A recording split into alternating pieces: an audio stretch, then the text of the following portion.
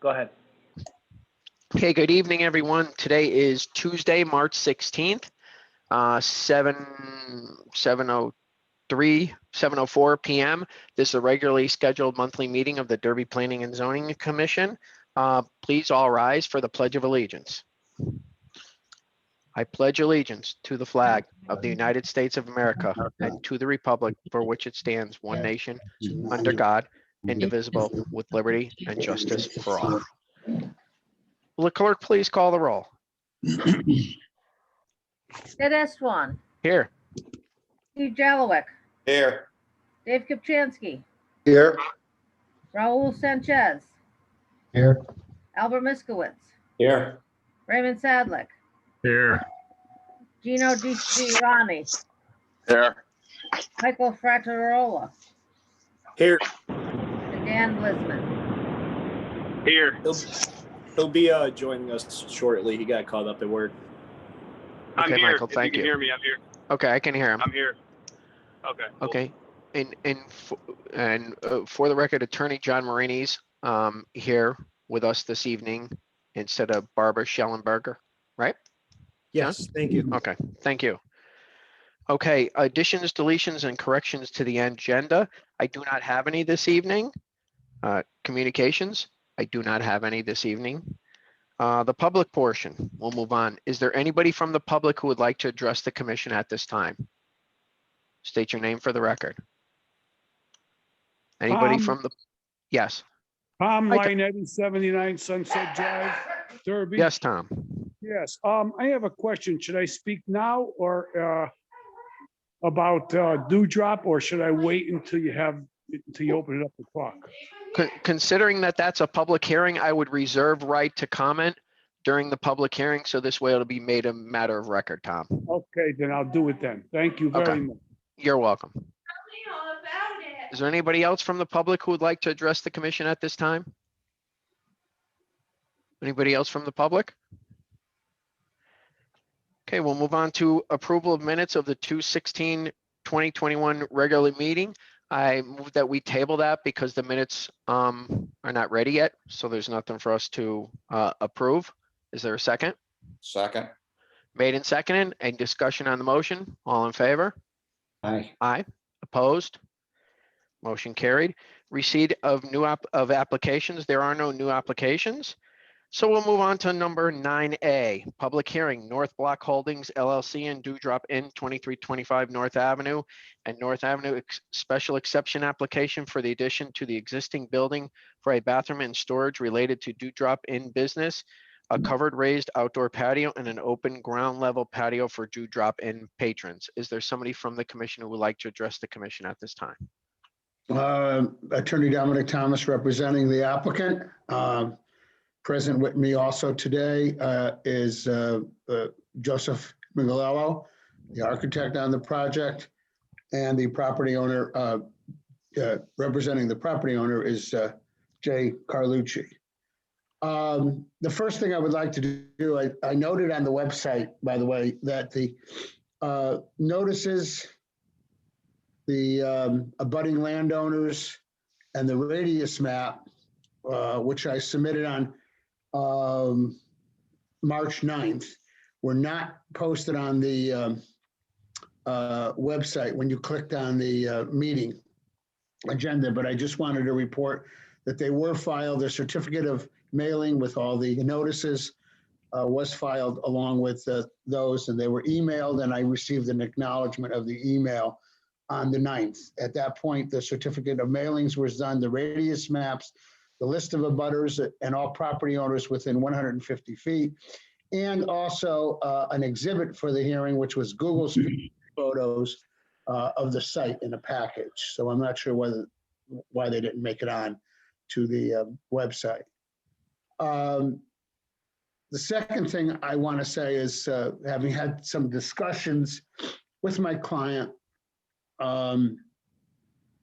he is seriously considering at this point commencing, if there is an approval, commencing work in the fall because of the some issues that have come up and things that need to be resolved. And as you will hear, more than likely the public hearing is going to have to be kept open possibly, and therefore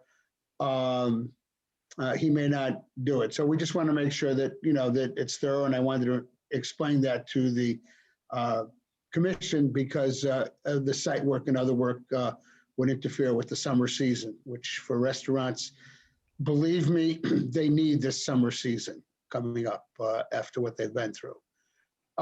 So what I'd like to do, and I will explain to the commission that we received the approval for the variance for the front setback to 5 feet by the Derby Zoning Board of Appeals at their meeting last week. So that issue has been resolved with respect to the front setback. Can I share screen? Absolutely. Okay.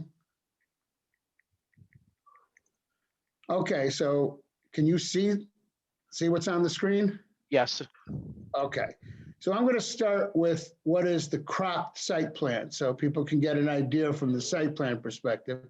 This was the same site plan that was presented, it is part of the site plan, which you'll see the full site plan, but it's blown up so that you can get an idea of exactly what is being proposed. What is being proposed is an addition to the building in this area here that involves a bathroom, liquor storage, and dry storage. In addition to that, the proposal involves a covered patio in this area here, and then an open patio with tables here, as you'll see later on. There's our 5 feet from the property line. It did highlight so you can understand the edge of the ledge. And here you see that there's a chain link fence, and the goal is to work within that chain link fence. The existing building is as I pointed out to you at the meeting, I believe in January, it's 2.8 feet. The full site plan, so you can get a picture of it, of where the work is taking place, is down in this vicinity where the obviously adjacent to the existing do drop in, and it way at the whatever you call the south end, I guess you would say, of the property as opposed to the north. Now, the proposal that he's made includes a walkway. We'll have to address that when we address the comments from Ryan McAvoy that we went over today. We got him this past weekend, and we had a call with Ryan today. There was this proposal for a sidewalk and a crosswalk to go to the parking. The parking up here can accommodate upwards of 70 to 75 cars, depending on the striping. It was used, as we all know, for Hull Dye and for Derby Cellular. And that was the proposal. The individuals who normally walk down this sidewalk and crossed over would now be, our proposal would now be able to go down this sidewalk and go in and then go down the ramp if they were going to eat inside. So that was the proposal. What would it look like? What it would look like is here would be the stairs that go up, I believe, to the second floor. I'm not sure. And Joe Mingalello was here to talk about that. Here's the rooms, the open storage, liquor storage, dry storage. The personnel would come out this way to serve the covered patio areas, and these are the open patio areas. And I'll leave it up to Joe to go into a little more detail and explain it. And so you can see what the elevations look like.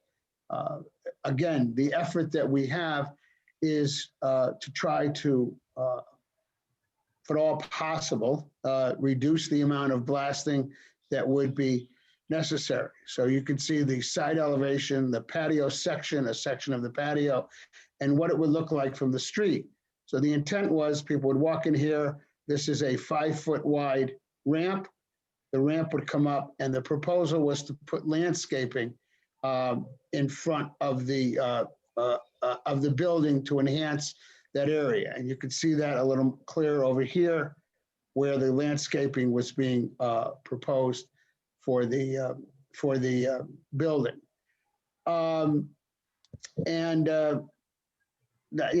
as far as the details of it, Joe, before I get on to Ryan's report and the responses, Joe, do you have anything to explain further about how it's connected to the building? And No, basically, that's, if you go back to the plan. Go back one sheet, yeah, right there, the stair that you go, that's the site plan, go to the floor, there you go. okay, That's okay, there you can see the whole, the plan. The stair, there's an existing stair now, that's adjacent to the existing building. That's access to the apartments above, there's 2 one-bedroom apartments above. The stair to the left, okay, is the access stair to the covered patio in our addition, basically, okay? I think you did a pretty good job conceptually of basically going over the plan. The number one issue for us in terms of the design was really public safety. The access, our new sidewalk up to the Park Avenue parking lot was really important for us. And also some sort of being able to eliminate these concrete barriers that are there during the season. We wanted to eliminate that from an aesthetic standpoint and also from a protection for the public or the patrons. Okay, so that was the main issue with public safety. And we thought that, the lighting's not great. Being able to walk on a sidewalk from the parking lot or from the restaurant to the parking lot at night, after having a couple of drinks, we thought that, that was really important as far as we were concerned. We also wanted to landscape a little bit in the front to break up and add some softness and some architecture to some landscape architecture to the front. So that was also an issue. Other than that, Dominic, can you go to the front elevation a little bit? Go up a couple. Next one, one more. Okay, yeah, the front elevation, which is a North Avenue elevation, and you can see the trees, the landscaping. Basically, it's a covered roof, wood frame. We have a corrugated metal roof, trying to we would tie in the architecture and the color scheme with the existing building as best we could, using clapboards for siding. And basically, the ramp or the wall in front is the protective area for the patrons. So we try to keep that, and we've made it 4 feet for both privacy and protection along that. So those were the major issues in terms of the design. Okay, I don't know if any, go ahead. okay. Does anybody have any questions for Joe before I go on with? All right, so I do want to point out for reference that you can see that this does not occupy the entire, comes out to the parking area, but the parking area actually extends a little farther out. So in order to give a little bit more perspective, in order to give a little bit more perspective, hold on, I'll get back to it. Okay. Whoop. Dominic, you hit the wrong button.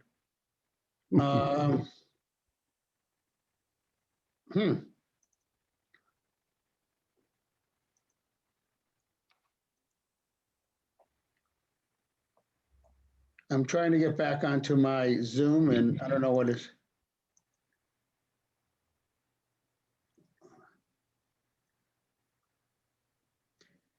Just 1 second. I obviously clicked the wrong button.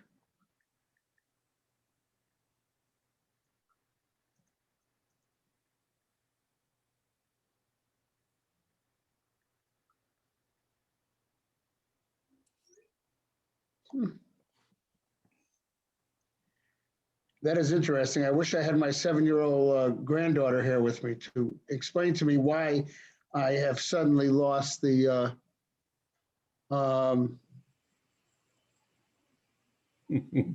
Suddenly lost the Zoom picture. I'm assuming you guys can see me or whatever. Yep. All right, let me try one other thing here.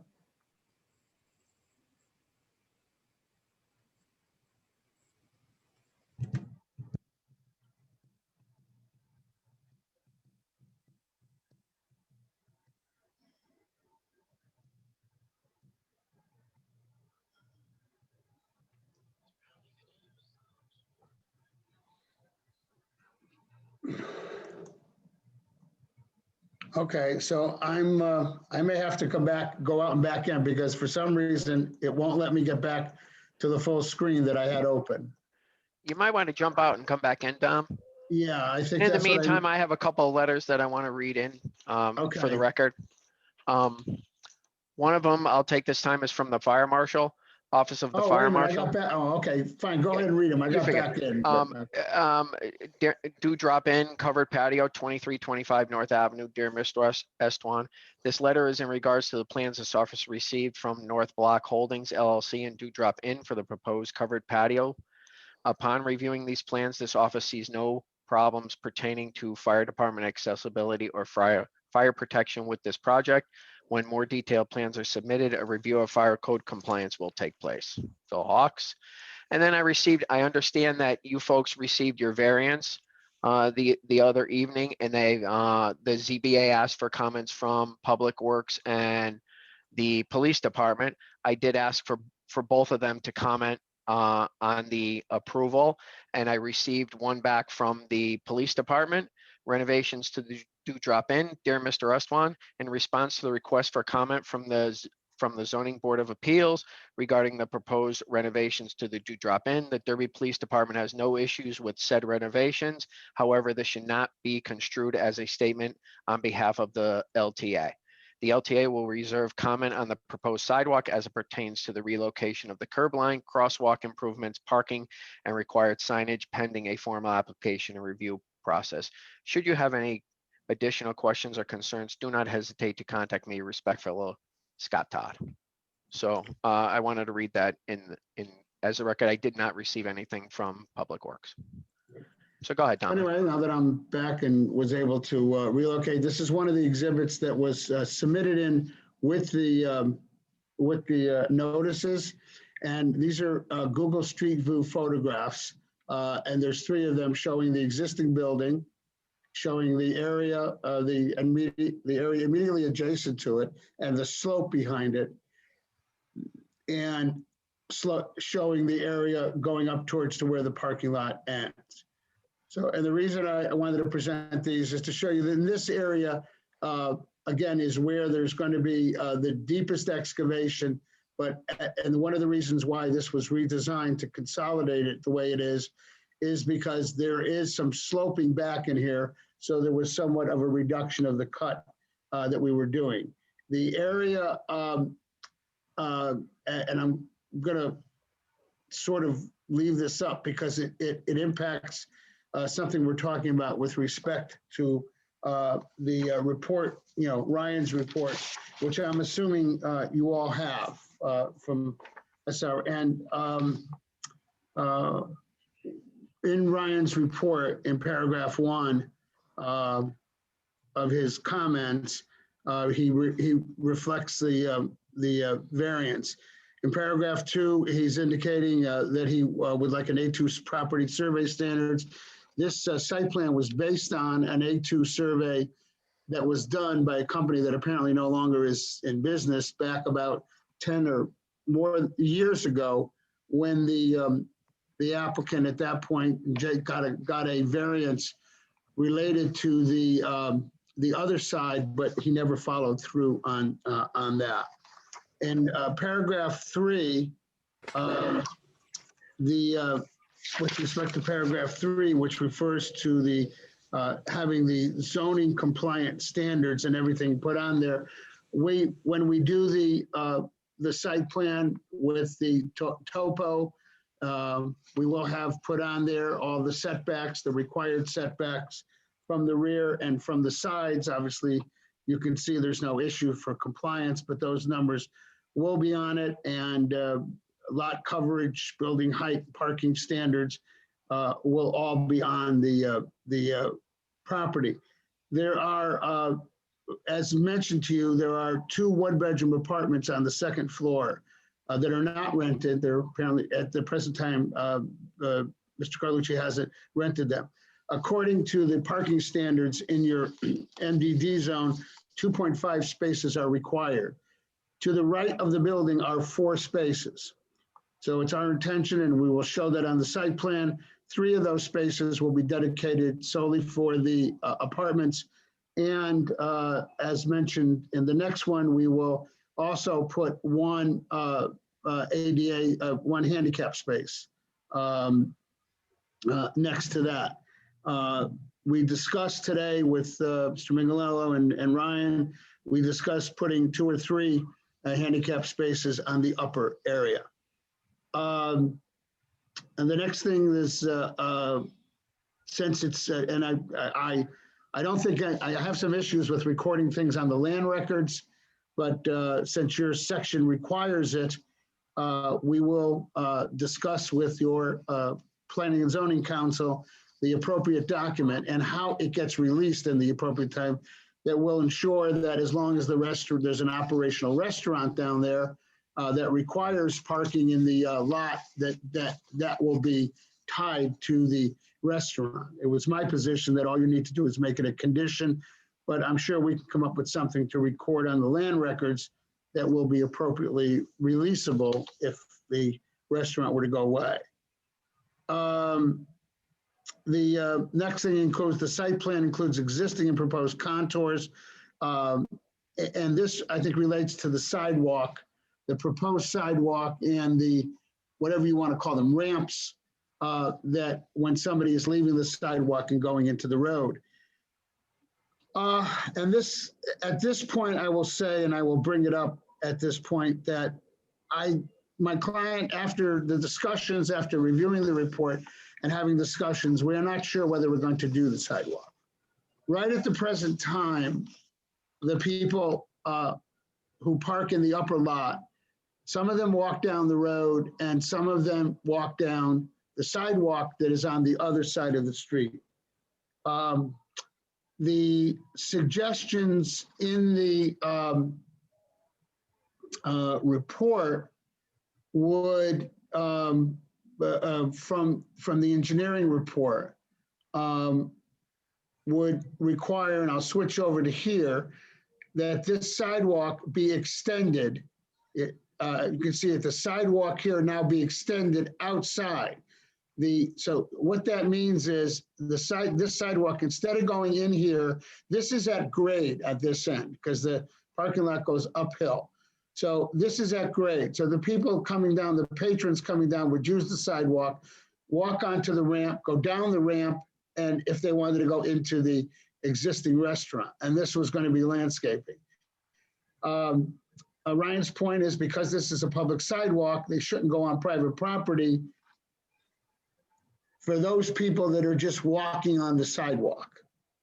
Now, again, yes, the sidewalk has to be in the right of way because it would be cost prohibitive to blast out more rock just to put the sidewalk on private property. So that was done. So what he has to absorb, we're thinking about is now if we have to extend the sidewalk, take out the landscaping, extend the sidewalk down to here. I understand moving the catch basin isn't that big of an issue, but it's still an expense. And then at that point, it would connect up with this sidewalk. You can see the catch basin here. And then the suggestion is that we have a crosswalk over to the other side, meaning in this location here, so we'd have a sidewalk coming down here, you have a sidewalk coming down, and then the suggestion is we would then incorporate a sidewalk to go from public sidewalk to public sidewalk. Again, because the intention being the public is going to be using this, not just patrons, but the public. And that, as Ryan mentioned appropriately, could very well, what we had to do there could very well result in having to go to District 3 for an encroachment permit. We're not sure yet because it would have to be designed. And of course, all of them would have to have the accessible ramps. So what my client is considering at this point is simply not doing this sidewalk, putting the accessible ramps at the end of this sidewalk, and doing the crossing down here and telling the people, fine, just keep going the way you're going down there. And, but again, we just had the conversation today. I've just been going back and forth with him, and we haven't really looked at it. My position is, and I understand the position that the sidewalk is going to be in the public right of way. Right now, people that are walking down there, if they were walking and not going to do drop, just walk down to, and I guess cross, there's a crosswalk here, and then eventually connect up with a walkway that goes actually all the way to downtown. I think, you know, they would normally use that. I would tend to doubt that people would be using that side. But, you know, it is, again, it needs to be absorbed because it is substantial extra cost to do the sidewalk would probably cost more than the landscaping, and we thought the landscaping was more appropriate. But I think because of that, and also I think you read the police, the Derby police, that they have no issue with the setback, but they would want to take a look at these issues. We understand and that probably this hearing is going to have to be kept open while we go over it further with staff. Because again, and I know everything was compressed, especially with the having to get the variance. So we really have only had the report to really discuss over the last couple of days. And the other two reports were available online. So, you know, again, Joe explained it, that was the purpose of the sidewalk was what we thought was safety. And I understand it's in the public right of way, but given the fact that it went from the parking lot down and all the way down, we were designing it really for the patrons. We didn't really think it had that much public access. I do want to mention, I did forget one comment. Ryan indicated that he wanted also the commercial parking requirements. So I checked your requirements. I don't consider Dewdrop a takeout. I consider it a takeout would have much lower parking requirement. It's a sit-down restaurant. It has existing right now 50 seats inside, even though the capacity is 75. There isn't room for 75. There will be a capacity of potentially 36 on the covered patio and open patio. So that's 86. Divide that by 2. It's one space for every 2 seats. You're at 43. And we have 70, even losing the spaces next to it. We have, like I said, 70, I counted 70 spaces at a minimum, but I would have to actually get out there. We would be able to define it, but there's certainly 70 plus spaces up in the parking lot. I did want to put that for the record. That'll be on the revised site plan.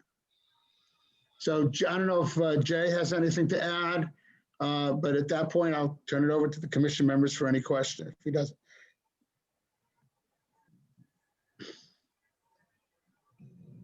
Okay, Jay, if I have nothing to add, do any of the commission members have any questions for Dominic or the applicant? Mr. Chair, Go ahead, Raul. just as far as the open patio is concerned, do you know what that's going to be as far as flooring? Because that's kind of giving off that it's a structure and it's well into your 5-foot setback. The 5-foot setback, according to Ryan, the 5-foot, we researched that it doesn't apply to an uncovered patio in that circumstance. As far as what it's going to be on the ground, I don't know, I will defer to either Jay or to Joe. I believe it's going to be pavement or concrete, but I'm not sure. I would think it's going to be concrete. Mhm. Okay. And, It's pavement right now. Right now it's right. pavement. right, right. Raul, Um, if I could clarify, just the regulations do allow for open patios in the front setback, provided they're not over 30 inches in height above grade. So that's one thing that I think we'll just have to verify, that we're not 36 inches above grade. But I think the intent of the MDD zone was to encourage cafe style seating along street frontages and things of that nature. Right, right. I'm just trying to get ahead of, future comments that I'm sure are coming from the public, because there are walls around the patio, which I understand are for privacy and for, some sort of, enclosure. But when you get those walls in play, it almost makes it seem like it's a structure. But because, safety was a concern and was brought up previously. So, I mean, if those walls do become another issue, could those be actually, a little bit more hefty as far as, providing some sort of protection Well, from? those walls are made of concrete. Mhm. Okay, structural concrete. So in terms of protection, I don't know what else we would do. So they could almost act as a barrier. Absolutely, From absolutely. cars, There's a okay. Purpose for it, yes. Yeah. And then my last question was, would any other attention be given to the upper parking lots? Because it seems like half of the parking lot is striped and paved. And I didn't know if you needed for numbers, if the other part on the other side of the barriers, if that was going to be treated or given some attention to. Well, the entire parking lot, actually, if you really get down to it, does have lines on it because it was also a parking lot. But yes, actually, we could probably have compliance with just the area that is maintained as a parking lot right now. But the intention of the applicant is to clean up and stripe the entire parking area. Yeah, can you guys hear me? Yeah, Go ahead, Jay. Yeah, the entire parking lot, once this all gets to play and everything works out that we're gonna, go through it, it will be cleaned up, straightened out, lines due across the whole thing. It'll be taken care of. As far as the walls and the patio, yeah, every wall is going to be made for protection. That even includes the back wall. I do realize that, I've been there for 15 years. There's been some rocks that, have trickled down that wall. So there's even the back walls will be made sturdy. So God forbid anything happens, that I don't have to worry about my customers getting whacked or anything like that. So we're thinking about all this. And just one more, Dominic, you hit on it a little bit about the existing parking now. Where is that in relation to the extent of the addition in the patio? Is it within the patio? Is it beyond the patio? Right. It goes, the existing parking, hold on, let me go. I think maybe you can see it.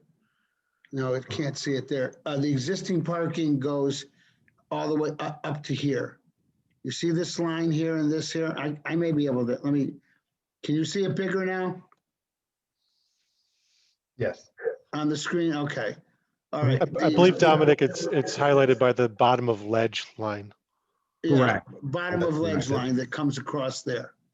That's the parking now. Yeah, it goes all the way up to here of pavement. Yeah. Okay, that's it. Thank you. Thanks, Raul. Any other comments from the commission members before I open up to the public? Any other questions from commission members? I've got a Dave. question for Joe. And again, it concerns the rock cut at the rear of the property. When you go to your plan A2 and you look at a cross section, it seems that you have a 30-foot cut that's maybe 10% off from vertical. Where's the top of that cut in relation to the property line that you share with the cemetery? Oh, can you go to, Right there, yeah. yeah. Oh, it's It's close to the existing, basically that line on the very top is the existing fence.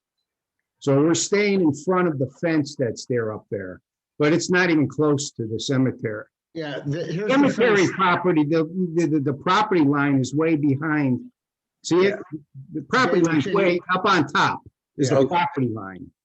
Yeah, I think you can see it. Let me just see. Here's the property line, David. That's Here's the correct. fence Right. line. That's the fence line.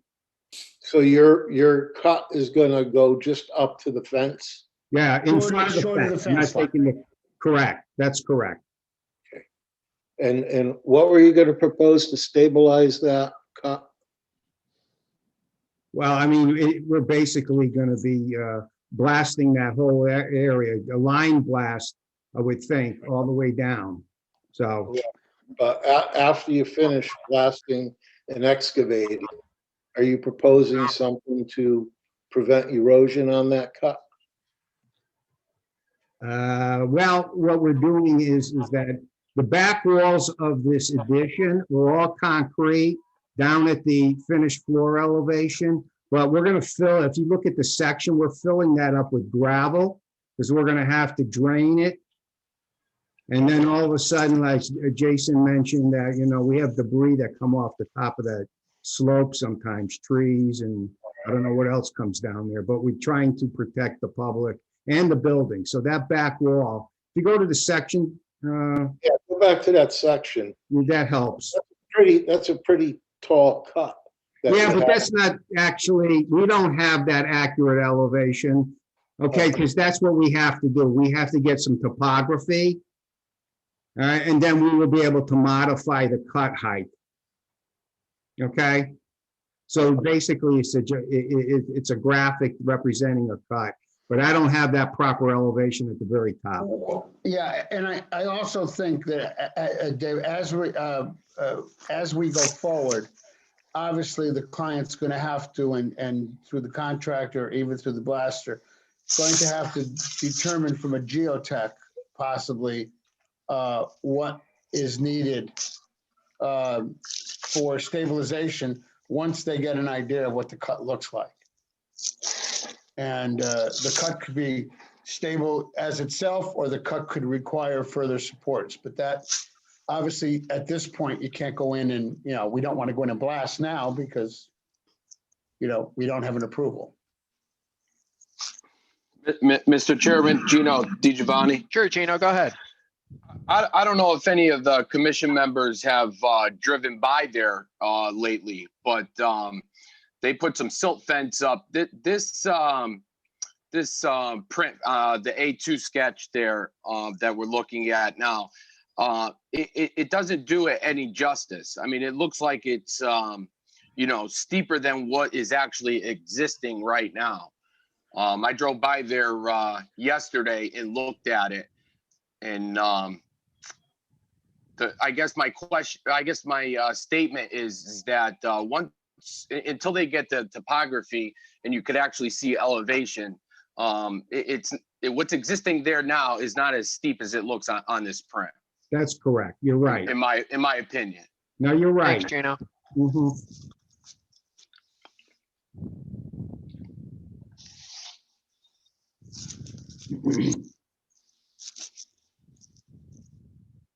Any other comments from any commission members? Dave, anything else? No. Okay, since this is a public hearing, I'll open it up to the public. Is there anybody from the public that wishes to address the commission at this time? State your name and address for the record, please.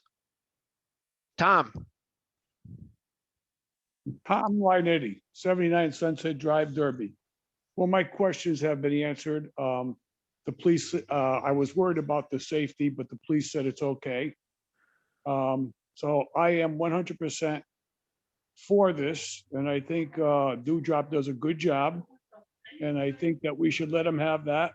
And we have the Batsons down the road, and we have up here the beer gardens, and there's cramming and traffic and everything. So I see no problem here, and I wish him a lot of luck, and I hope this board. hold on, passes. Tom, hold on 1 second, Tom. If you're not speaking, could you please mute out of courtesy to everybody else that wants to speak, please? Go ahead, Tom. I'm sorry. That's all right. No, I'm 100% for it. That's all. Well, everything, they did a good job. Thank you. Okay, thanks, Tom. Is there anybody else from the public who would like to address the commission at this time? Mr. Chairman? Yes, sir. Attorney Michael McCabe, 112 Broad Street, Milford.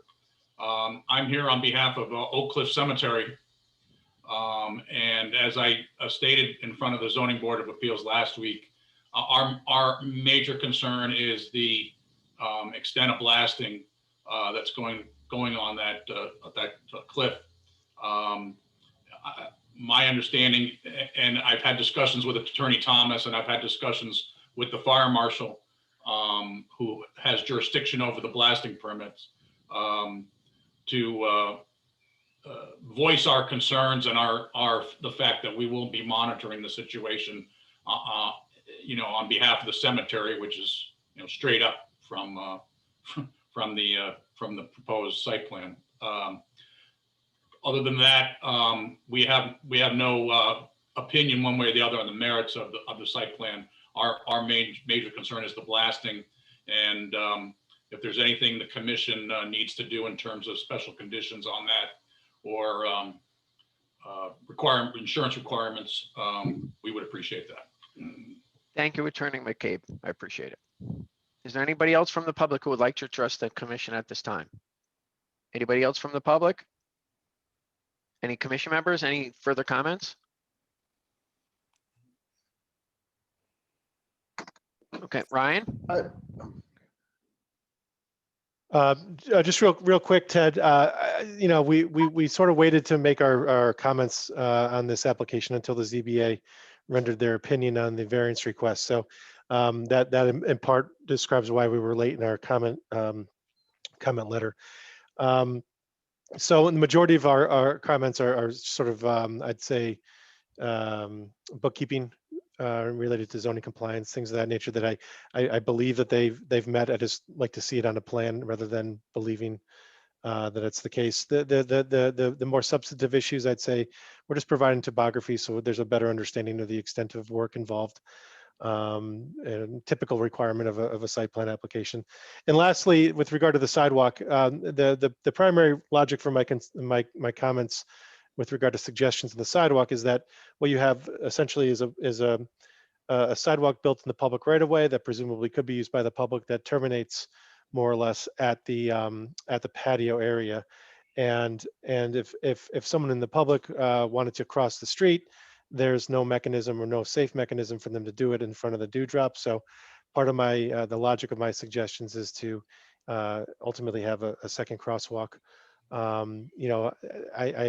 can work with the applicant on some of the specifics of how the sidewalk is constructed, but that's essentially the reasoning behind our logic there, is that you don't just force someone in the street who's using that sidewalk, who's not a customer dewdrop, to cross at a random point in the roadway. Okay. Ryan, do you, in order to receive the notations on the drawings and to address whatever concerns that you had about possibly moving to a sidewalk, to a crosswalk instead of sidewalk, should we keep the public hearing open for that? Yes, I would recommend that the public hearing be kept open. Okay. All right. Anything else? Dominic, you have anything else to offer? Just two points. Number one, and everybody as we've gone along has had issues with respect to the blasting. And the only thing I would say about that, obviously, it's in the control of the fire marshal and everything like that. But there is one person in attendance at this public hearing who has the greatest concern that the blasting is done safely. And that is the applicant. Because his building is the closest building to it.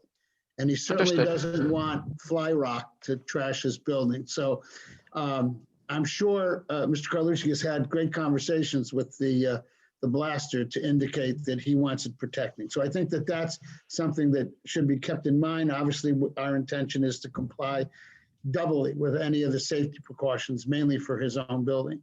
Second of all, while I understand Ryan's point, I don't think in a practical aspect the sidewalk is one that the public is going to use per se. In other words, if a member of the public were out for a walk down North Avenue, or if a member of the public were out for a walk along Park Street, if they were out for a walk along Park Street, they're going to hang a right if they were heading down that way and go down the sidewalk that's on the other side. If they were walking down North, that means they're in the road. And when they reach this sidewalk, if they wanted to take advantage of it, fine. If they wanted to walk down the ramp and back onto the sidewalk in front and keep going, I don't think Mr. Carlucci has any problems with it, but I don't think that possibility exists. So my position at the present time is that I don't think there's anything of a legal perspective with the sidewalk terminating at a walkway into the private property. The same way a sidewalk going down a public street could terminate because the next property just doesn't have one, or for some other reason it's gotten ripped up and there's the entry to the house. So I don't see it that reason. I think we do need to sit down with staff and do need to talk about it. I believe that the landscaping is a plus, and I think that it shouldn't be taken away for that type of a reason. But that's why we keep the public hearing open. That's why you have staff. We can continue the discussion. Okay, thanks, Dominic. Any other comments from commission members? Ted, I just have one. Yeah, go ahead, Steve. One point, and because I think we all want to get this settled. I think I'm going to speak a little bit out of term, but I think everybody is pretty much in favor of this. So I just want to make sure that come next meeting, are we really going to have all the facts and all the documents so that we can make a decision and get this off, get this done, and let the owner go ahead with his work. It sounds like one of the things. What are we missing? Well, one of the things that Ryan commented, a lot of things were documented today or stated that needed to be put on the plan, documented, and set to go. I think we're pretty much all in favor of this application, but it really was held up by getting through ZBA, which it just happened. So Ryan's review letter came on the heels. It would have been a different review letter had they not received a variance. So now that they received it, we're kind of fast tracking, but I don't think the applicant is in any rush to get this done like most applicants are. They want to do it yesterday is because he doesn't want to lose his summer season. So he probably won't commence work until the fall.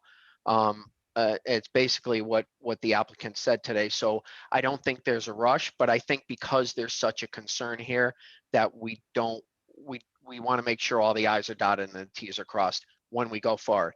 And the things that came up tonight are nominal, but it's worth keeping the public hearing open. And I think between staff and the applicant, we could dot the I's and cross the T's for next meeting. So we're all set. So there's nothing else to add to it.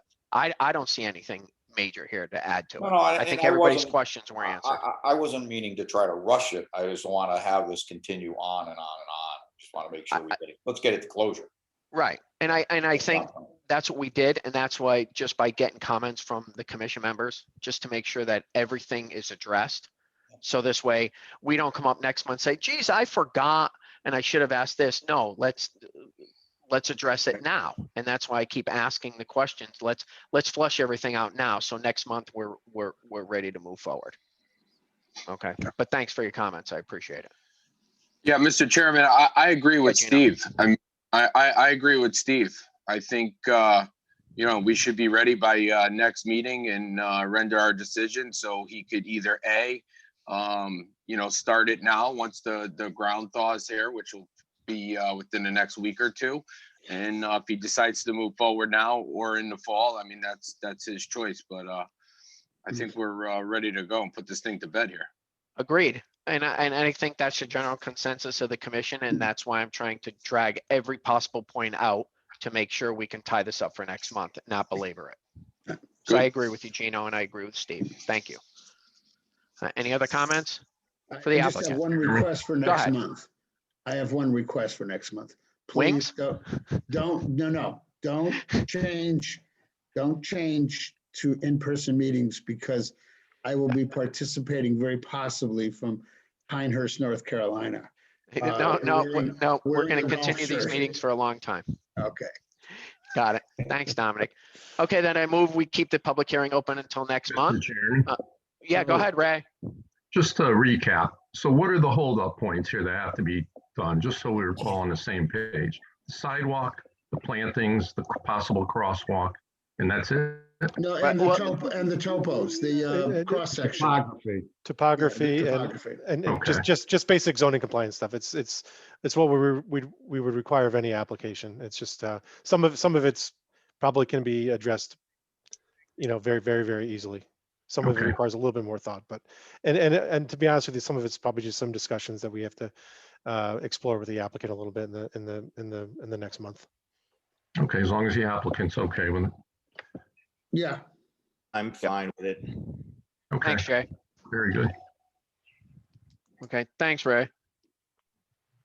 Any other comments from commission members? Second your motion to continue the public. Thanks, hearing. Steve. Is there any further discussion? All in favor? Aye. Aye. Opposed? We'll see you next month, gentlemen. Thanks, Jay. Good night. Okay, item number 10A, new business, North Block Holdings LLC and Dewdrop Inn, 2325 North Avenue, special exception application. Since the public hearing has been kept open till next month, there's no action needed.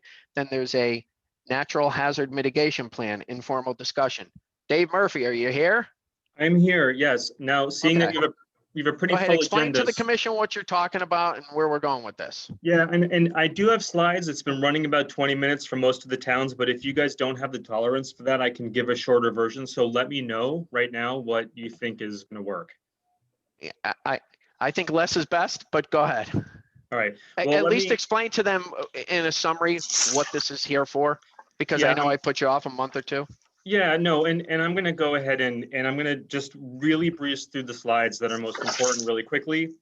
Hopefully you guys can make this work for you on your screens. If you're on an iPad or an iPhone, it might not look very good, but hopefully on the computers it will. This is the city's second time participating in a hazard mitigation plan. The first time was back when VCOG existed, so it was about 9 years ago. And so because other towns in the NVCOG region, this is their third time, but for Derby, it's only the second time. We're trying to really bolster engagement and get people involved. We have already met with city staff. I'm just going to go through really quickly what the hazard mitigation plan is about, since you're already part of one, but it's been 9 years.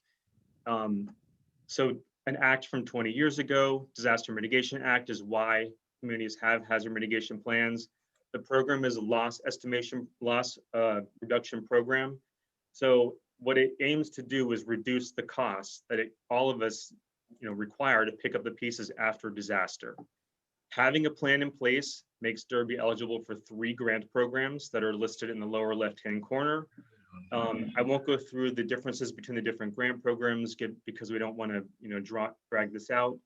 But suffice to say that having the plan in place will make you eligible for certain grant programs that are pretty well funded from year to year. We're covering natural hazards. You guys know what those are: floods, wildfires, tornadoes. And we're talking about hazard mitigation. So these are actions that can be taken to reduce damage when hazards occur. Here in Connecticut, most initial plans were developed 15 years ago. It was true for Derby 9 years ago when VCOG developed its first plan. What's going to happen now going forward is, since NVCOG was formed around 2014, 2015, all 19 towns will be part of one plan. Here's a list of all the different communities in NVCOG. Unfortunately, the 4 VCOG towns expired already because VCOG kind of disappeared and couldn't pick up the pieces and put a plan together. They didn't exist. So we are trying to kind of move so that a plan is in place this coming summer so that Derby can apply for grants in the fall if needed. These are the kinds of projects that are funded by the grants. So again, if you have a plan in place, these are the kinds of projects that can be funded. The really notable thing about these graphics, I'll just go to the one for the last fiscal year, is that third category, utility and infrastructure protection, is the one that works best in Connecticut. It's where our towns see the most traction. So it's good to see that it's still on the list of what FEMA will fund. Some of the kinds of projects that can be funded by the grant programs. I'll just go through a few examples here. Home acquisitions in floodplains, drainage projects. This is a good example. A couple of years ago, Brookfield got $1 million for a drainage improvement project they wouldn't have without a hazard mitigation plan. Here's riverbank stabilization. This is in Western Mass, but it's a good example because it's the kind of erosion that a lot of us here in Connecticut can relate to. So we're covering all the same hazards that we did last time when we worked on the plan for VCOG. Here's a list of them on the left-hand side. Again, because we're kind of short on time, I'm not going to talk a lot about what these are. I think everybody on the call knows what a flood, a hurricane, a summer storm, a tornado is. I'll flip through kind of all the cool pictures, and these flood is, ice jams and flash floods, not just riverine floods. Let's see if there's anything else interesting. Don't forget the roofs that collapsed in 2011, dams, wildfires, earthquakes. Landslides, this is something that we don't do in most plans, but in the VCOG plan we did, because in the valley towns, it's a risk that is real. We've been going through the plan development process, looking at areas that flood insurance policies, for example. I'm just giving you a taste for what's been done in the last few months. We've been looking at flood insurance in force, repetitive loss properties. I believe there are only a couple in Derby, and they're in McConney's Grove, which is where you might expect them to be, across from the Maples area in Shelton. We're looking at his critical facilities, historic resources, and characterizing the losses to all these resources from natural hazards. We're going through all the different standard kinds of hazard mitigation actions, which is the same as the previous plan for Derby. There's 6 categories. They're right here on the screen. You can see on this next slide, if you take those 6 categories and apply them to flooding, there's kind of an infinite number of hazard mitigation actions that you can put into a plan. And let me tell you, when we worked on Derby's plan 9 years ago, we put in a lot of actions. I think the Derby section of the plan has about 60 hazard mitigation actions. So we have a lot of the ones you see on the screen, floodproofing or moving buildings from floodplains, they're already in the plan. Here's some other categories applied to flooding. And again, bolstering shelters, making sure that people can evacuate. These are all things that count as loss reduction during natural hazards. What I'm not going to do is go through all the actions in your plan last time. Like I said, there's about 60. If we had a lot of time, we could kind of ruminate on these, but we're not going to do it tonight. I'm going to just let you know that, a lot of these are going to be retired, because what's happened in the past few years is FEMA wants to see very specific actions that can be achieved in the next 5 to 10 years. So we're going to retire some of the stuff that doesn't make sense during a global pandemic, like putting pamphlets out in City Hall, disseminating pamphlets. We're not going to do that stuff anymore going forward. Everything's moving to electronic, to social media. So we're going to retire a lot of these actions. No one really purchases NOAA weather radios anymore. We all use social media and reverse 911, code red, etc. So we're going to kind of get rid of a lot of these. Some of the other ones we will carry forward. We've got some actions here for critical facilities. We're working with Derby staff to figure out which ones have been completed and which ones still need to be completed. So a lot of these are purchasing generators, which is something that is eligible to be funded by these grant programs. Got a lot of actions about floods. This first list is kind of generalized actions. And again, we're going to retire a lot of these. Some of them aren't going to happen. Some of them are happening anyway. If you see the word continue in front of an action, it's coming out of the plan. You already do it. We don't need to say it again. So suffice to say, here's a couple actions that are very specific. These kind of are important to think about. And one of them was completed, actually. Gilbert Street drainage improvements were finished a few years ago, so we can retire that action. It's been completed. There's a couple others we'll have to be mindful of. We've got a few actions on thunderstorms and winter storms. Again, some of those we're going to retire because they're things that are already done, have been completed, but some of them will be carrying forward. Earthquakes and landslides, we're going to retire a lot of these for sure. Anything about the state building code, you already do it. We don't need to have it be in the plan. If you don't administer the state building code, then you're in trouble anyway, so you're going to do it. So we're going to retire a few of these. Dan Blisman, one of the alternates. Can you go back like 5 slides? Yeah, which one? There's one that was talking about 2 Mile Brook. Oops, it's not going backwards. What is the deal? I mean, if it's a big deal, it doesn't matter. I just noticed that that's on there. That's something that had come across our emails about a Yeah. month ago. Let's see. I think it's, There you go, yep. right there. Second one down. Yeah, what had come up lately? A lot. Has there some, Yeah, well, it's part of, it's detention basins are part of our informal discussions later on in the meeting, and that's coming up because when we had one rather large storm, there was flooding. So it's nice Okay. to know that it's on here. I Well, keep that one That on just there. caught my eye. And it's definitely very relevant. no, I'm Yes. glad you guys are watching, and please do stop me if I'm going fast for a reason, but I'm glad to hear Nope, there's that's fine. Okay. So let's see what else is on here. Covered this one. I think I told you. Not going to do much there. Wildfires, a lot of these have been completed. At our meeting that we had a few months ago, there were staff present who knew a lot about these, and a lot of these are getting done. So we're in good shape on those. And then last couple slides, Derby is part of a program, a statewide program called Resilient Connecticut. We are trying hard to dovetail this hazard mitigation plan update with Resilient Connecticut.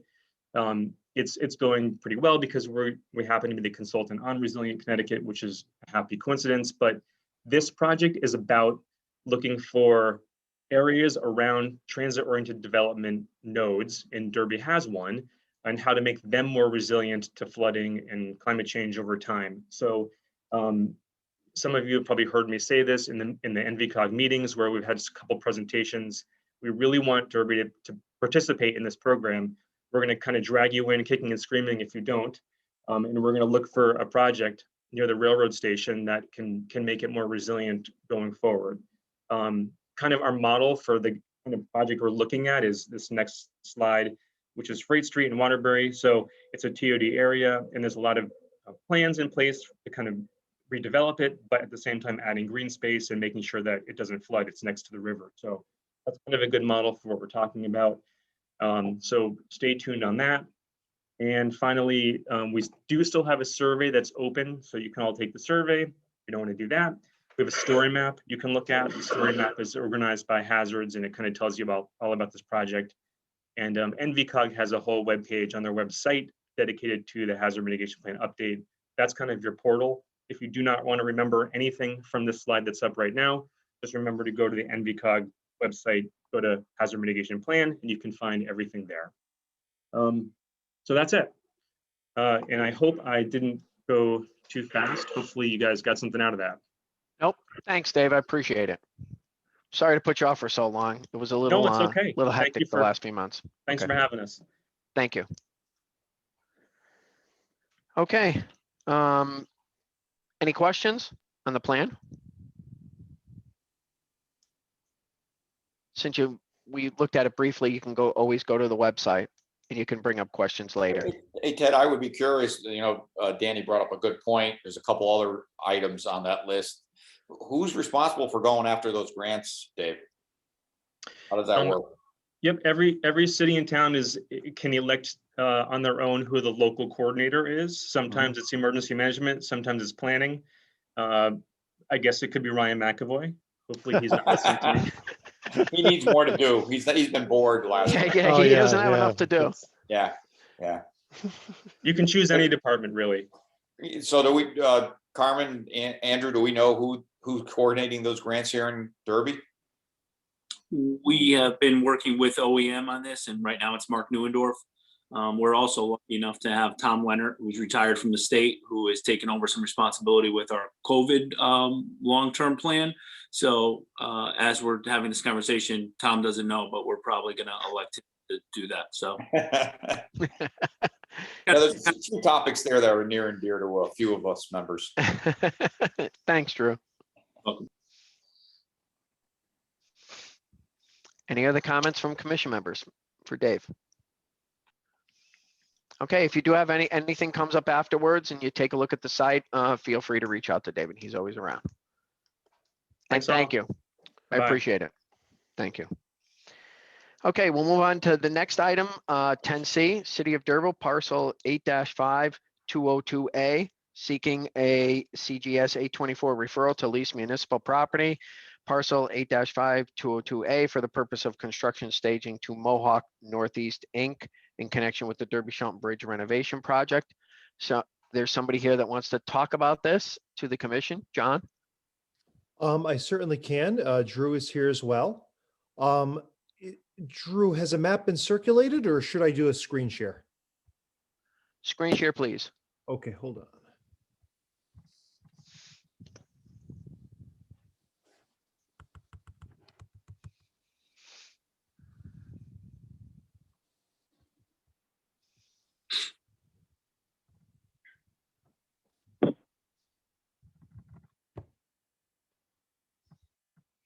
And while I get this map up, Drew, if you want to go ahead and just talk a little bit about the Derby Shelton Bridge project and how this is going to assist with that. Sure. 'Cause I'm just having some lag with my PDF opening up for some reason, of course. Sure. So as you're all aware, the Derby Shelton Bridge project has been awarded. It's been awarded to a company called Mohawk Northeast.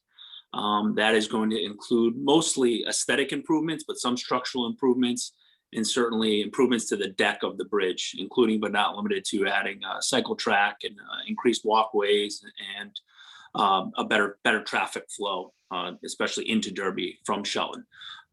In conjunction with that, the company who was awarded the bid, Mohawk, has asked the city of Derby to consider different spaces for construction staging. This parcel is the ideal one based on the fact that the Route 34 project is slated to begin, some of our other redevelopment efforts and everything else. So if John can pull up the map, it's essentially going to be the parcel. There you go. And if you look at that circle on the bottom right, that's where the existing cinder lot is to the west of Caroline Street. And then they would do a temporary access road along the levee, but outside of the easement area of the levee, going directly to the First Street parking lot and subsequently to the Derby Shelton Bridge. The Corp Council, John, has worked on an actual access agreement that will go to the Board of Aldermen, hopefully with your positive referral, to give the city all sorts of protections as it relates to environmental contamination, any damages to the property, et cetera, et cetera. But essentially, we'd be looking for your blessing to say, yes, this is a good use of this property for this purpose. And really, at the end of the day, we don't really know where else they're going to go. This is probably the only spot, certainly in Derby. And as we all know, Shelton will be built out on that side. So lucky them. But John, if there's anything else you want to give, I don't know. Sure, no refresher is needed, but of course, Connecticut General Statutes 8-24 requires that we push this by the P&Z for a recommendation. If the city is going to be leasing out or making use of city property. And here the idea, of course, is essentially a lease to allow the construction to occur. The lease is going to be pursuant to an access agreement that will define how the property is going to be used. It's going to set forth safeguards to ensure that it's not going to be misused, and that, of course, the city is going to get it back in one piece, better, or at least the same as it was found. The alderman will be taking a look at measures to put in place to ensure that occurs, and to ensure, of course, that all the activity is insured and that appropriate insurance certificates are in place. Importantly, this would be essentially almost a month-to-month lease. So if the city did need the property for another purpose, it could easily get out of the agreement and shift the resource to another use. Who knows, opportunity for development or something else comes along. We don't want the city to be in a position where all of a sudden it's obligated to wait to the end of the construction. So knowing that safeguards are being negotiated and put in place, what we're looking for is essentially the P&Z to give a positive recommendation that a lease, an extension of a temporary access agreement to the Mohawk Construction Company would be recommended. And I should clarify, this is entirely temporary. This is not meant to go beyond the construction of the Derby Shelton Bridge. This is in no way a permanent maintenance agreement or a permanent easement of any sort. This is simply to allow access to the construction area and a staging site. And of course, the aldermen are very cognizant of making sure that this activity does not hurt the Derby taxpayers or residents and doesn't cause us, the city, to have to spend money in any way to either deal with construction or to have to put the site back together again. I'd also say we're going to be reserving the right to go onto the site and to make inspections so that if there's any question from this board or anyone else in the city as to how the property is being used, there will be absolutely no issue with respect to going onto the property and inspecting it ourselves firsthand. John, and just correct me if I'm wrong, in CGS 8-24, the referral, a positive or negative referral is pretty much you're looking at the Planning and Zoning Commission to put our planning hats on that we don't have anything earmarked for that property. Now, if you go ahead and lease it to somebody month to month, staging it as a matter of all the precautions, that's the job of the legislative body, the Board of Aldermen, not the job of the Planning and Zoning Commission, correct? Exactly. The legislative body can define the terms, but essentially, is this property appropriate for this use? Right. Would this be a use that the Planning and Zoning Board would give a positive referral? All right. Thanks, John. Any comments from any commission members? Mr. Chairman, I recommend we move this along as quickly as possible. It's the most activity we've been seeing. Ray, I'll send the letter out tonight. Yeah, it's just a construction state, typical. Absolutely. That's. I just wanted to make sure, we stay in our lane, so to speak. Okay, if that's all they're looking for is a referral that we don't have any plans for this, okay, no problem. As far as protection of the city, the lease, et cetera, that's the job of the Board of Alderpersons, not our job. And I just wanted to clarify that for the members, just to understand that what our role was.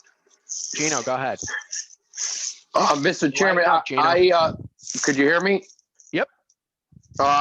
Being in the business myself, it's basically a typical thing that they're asking for. It's just a temporary staging area for equipment, materials while the construction is going on. So I'm in favor of it myself.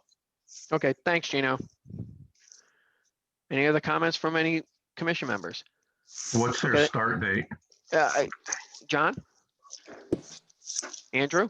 Does somebody know when they're looking to start? Potentially April 1, but they're still determining that might be a little after that, but very, very soon. Great, fabulous. Then I move that we send a positive referral on 824 referral. Yeah, Dave, go ahead. What's the time frame that they would like to use this lot? The construction at this point is slated to be approximately 36 months. So that's like 3 years. Okay. Exactly. Yeah. What John just stated was it's a month-to-month lease. If there's development or if we have an opportunity to use it for something else, we could basically tell them it's month-to-month and you guys got to put it back the way it was and move on. I'm sorry. Right? It's, in fact, I would actually say, the term on the table is less than a month. So if something comes along and we need quick action, so we don't lose a developer, let's say, we can simply say, hey, 15 days notice, you do need to be off the site and you need to put it back together in the way you found it, period. Thanks, John. This is a great thing. It's great development. I think the city wants to facilitate this project, but at the same time, we don't want to lock ourselves into a situation and regret it. We have to miss another opportunity specifically for Derby. Dave, that satisfy your question? 36 months max, right? Okay. All right, I'll say it again. I move that we send a positive approval on CGSA 24 to the Board of Aldermen for leasing the site as a construction staging to Mohawk Northeast Inc. Is there a second? I'll second it. Made and seconded, Ray. Thank you. Any discussion on the motion? All in favor? Aye. Aye. Opposed? Okay. Thanks, John. I'll send you something in writing to take to the board. Thank you. Okay, let's go to 11, old business, A&D Custom Apparel LLC, 1 Park Avenue, site plan approval application to use as an office and to ship clothing apparel, discussion and possible action. Ryan, I think this person asked to be put on the agenda and never showed up. That's correct. So, Mr. Chairman, I didn't want to leave an open-ended application. I would recommend that the commission deny without prejudice. Okay, I move that we deny the application without prejudice. Second. Made and seconded. Any discussion? All in favor? Aye. Opposed? Okay, item number 11B, ZEO update, informal discussion. Carmen, Drew, you want to discuss that at all? Talk about it? Sure, we can. We've Anything marketed, to change from last month? not really, other than the fact that we've marketed the position and we do have some applications. Okay. Some more qualified than others. I think the job market's pretty rough out there. So got folks with no experience, no qualifications, no everything, putting in applications for our finance director role, let alone this role, which is a little more open-ended. So we're shepherding through that. We're also trying to market it a little bit more widely and through different sources at the moment. But I can tell you that Bethany is very anxious to get this filled, as are we. So we are pushing it out through various channels, and the town clerk has really been spearheading that effort to further market the position. Okay, thank you. You're welcome. Time frame? Roughly? Now, I hope tomorrow we find somebody qualified and we hire them. Got it. We'll bring it to this commission for consideration and hopefully have some input from you folks. Okay. Would that be Thanks, Drew. something, Mr. Chairman, that in order to facilitate the hire, I mean, because we have 5 weeks till the next meeting, would a special meeting be entertained? Absolutely. Okay. To get a ZEO, I'll have 5 meetings. I don't care. I We'll get agree. through the interview process to hire somebody. I'll make myself available. Perfect. Good to know. Thank you, guys. Appreciate everybody's willingness Okay. to participate in the process.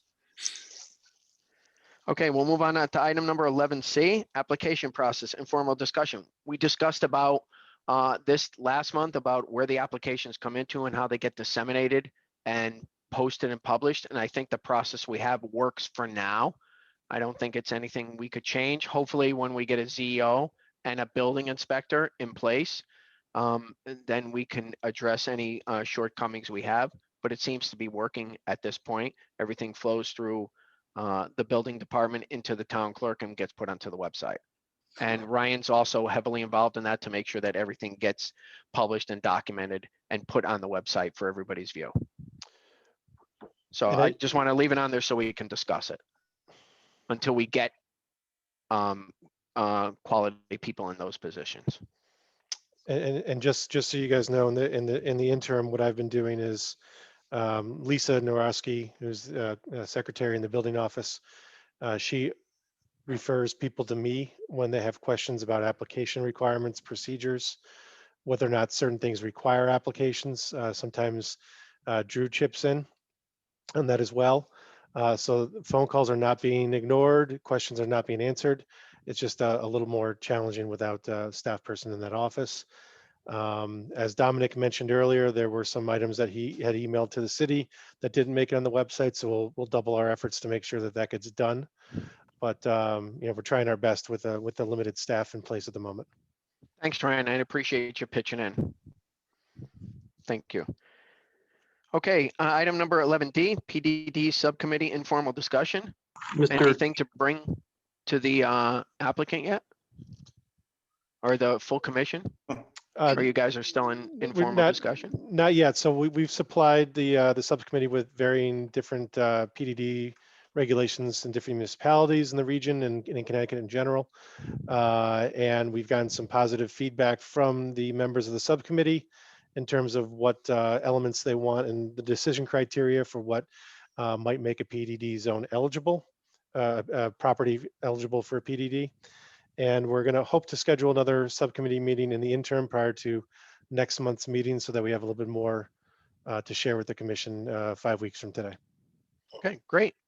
Thanks, Ryan. Item number 11E, status of detention basins, informal discussion. I did see that one of our members brought up about 2 Mile Brook detention basins. I'd like to see if we can get some monies there to clean up what we need for something that might be in the public right away or that the city owns. But I just want to keep that on there because I know a letter was sent to everybody who 2 Mile Brook ran through to just let them know and alert them that it was their responsibility to make sure it stays clean. I just want to know if a follow-up letter has been done yet, or are there any plans on making inspections to keep this moving forward? Because I don't want to just say we sent a letter and then forget about it. I think it's something we need to address moving forward so that it's part of our waterways, it stays clear. And I'll bring up a point that we saw a kind of a part of 2 Mile Brook running through the Lowe's Burger King shopping center was sinking, and they found that through inspections that it was deteriorating, and the landlord jumped on. It took him quite a bit of time going before Army Corps of Engineers to get approval to fix it, and he did fix it. So he did something proactive, and I just wish that we can get everybody else in that water course way as proactive as he was. So hopefully, I know some of the detention basins fall into that category. I'd like to know what the city's plan is to address these people above just sending a letter. If I may, add, Ted? Sure, Carmen. Okay, so I sent a letter out back in the fall to all the abutters of the 2 Mile Brook, asking just reminding them that they are responsible for the maintenance of the brooks. And also, this was going to be our first thing with the new CEO to handle this. Now, the other thing that I'm very upset about is the situation with the detention ponds. We have one detention pond that's right up above the area that flooded on Sodom Lane. And it seems like the lady who owns the property there, or who is in charge of, will not let city staff onto her property. So I asked council to look into how, in fact, do we get on that property to check because if the city is responsible for checking the detention pond to make sure it is maintained properly, but she won't let us on the property, how are we supposed to check it? Agreed, and that's one of the reasons why we're keeping it on the agenda.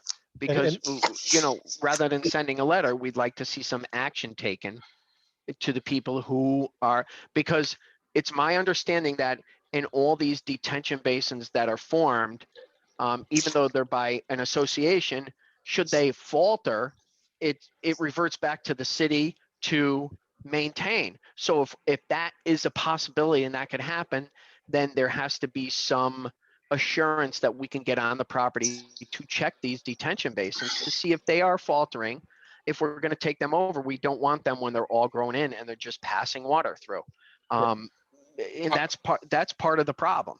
There is no checklist. There is no call to action by any group to say, okay, if you can't get on there and we have to do this, what are the next steps? If we have to do it, I understand that we can do it.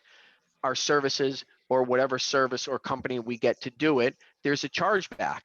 Well, who's taking that charge to do that? And I understand we're waiting for our next CEO, Carmen, to come in, and that'd be a great program for him to administer. But I just don't know when that's going to happen. I'm told it might happen quickly, but I don't know when it's going to happen, and I don't want it to falter. Carmen, this is Gino DiGiovanni. Hi, Jay. The basin that you're talking about, is that the one off of O'Sullivan up there? Yes. The one that's all fenced in and yes and whatnot. So last week I went up there, and the gentleman that lives to the right, he was out in the yard. I think he works for either Xfinity or Frontier. So I walked down to the fence line because he was in his yard. So I asked him. He said no problem. But first of all, why is that, number one, fenced in? And then number two, there's like an access gate at the end of that dead end road. And then if you look across that detention pond, there's like benches and, places like you could sit. Is that owned privately, or? It is. It's privately owned? It's privately owned. Oh, okay. Because when I walked down to the fence line there, it's, you know, there's some high grass. I mean, it's really grown in there. Doesn't look like anything that's been maintained in a very long time, in my opinion. Well, I can tell you that there are other basins in town that are far more overgrown than that one, as an example. They're just not okay. they're just not as visible because they've fully grown in. Right. For example, Genetti Drive. There's one back there that I inspected with Carlo Sarmiento and noted, you know, the tremendous amount of vegetation's grown into the point where you have to know that it's there to be looking for it. And So does that flow into the top Yep. of where the condos are there? What is that, Derbyshire? yeah, it all drains down in the same location we're talking about here. Drains out, So right, okay. So there's a handful of stormwater basins in that area that are privately owned by homeowners associations or by private individuals. And I think last month what we talked about, last month it was a little tricky because there was about 1.5 feet of snow and frost everywhere. But as part of this, some research has to be done in terms of what rights the city has to go onto these properties to begin with. And second of all, what responsibility the city has to take to inspect and provide recommendations for removal or repairs. And I believe, you know, we're certainly capable of providing that assistance to the city. I just don't want to be in a position where we're going into private property and being harassed by property owners either. So I think the way we left off last month is probably where we are at the moment, in that there needs to be more research done in terms of the rights the city has. And then if Drew and the mayor authorize us to go out and do those inspections, we can certainly perform them. John, let me ask you a question. Is this something, since there's a legal question that appears to me that came up that could come out of council, that we have the right or do not have the right to go onto this property to inspect them? Because if you're telling us in a letter that we do have the right, then our next thing will be to instruct our city engineer to work with the city to go on and do all these inspections, because they're well qualified to do that. So this is certainly something I could look into, that I could research and get a decision to this board on. I think that it's a really important question to have answered, because if the city has a liability or an obligation, but is being prevented from getting onto property, then I think we need to figure out what the appropriate mechanism is. In certain situations, the answer could be a warrant. However, usually that pertains to, you know, a property owner that's, you know, that is violating a regulation. Here it may be a little more nuanced, but it certainly seems that the city should have an ability to maintain what it's responsible for. And often you'll see municipal governments or the state have an easement for the purpose of maintenance, you know, and not We do have an easement. property owner Yeah, for use of the both property, properties. being able to maintain. So exactly what's going on here, I think we do need to research a little bit. So it's something I could look into, and I want to figure out exactly, you know, what is the extent of the situation here in the city. And then based on that, we could talk about what the mechanism is going to be for moving forward.